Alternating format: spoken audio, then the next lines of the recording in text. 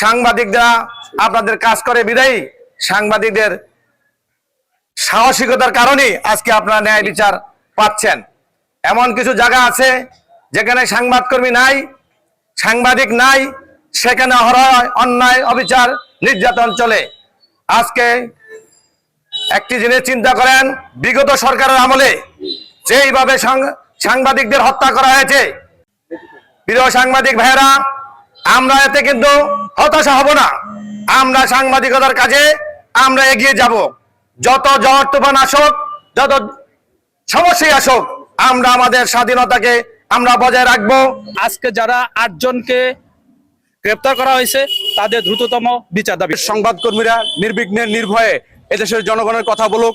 সংবাদকর্মীরা শুধুমাত্র সন্ত্রাস, চাঁদাবাজ, ঘুষখোর, দুর্নীতিবাজ যারা আছে তাদেরই আতঙ্ক, কিন্তু আপামর জনগণের একদম কাছের লোক, আপনজন, জনগণের বন্ধু, তারা নির্বিঘ্নে নির্ভয়ে কাজ করবে।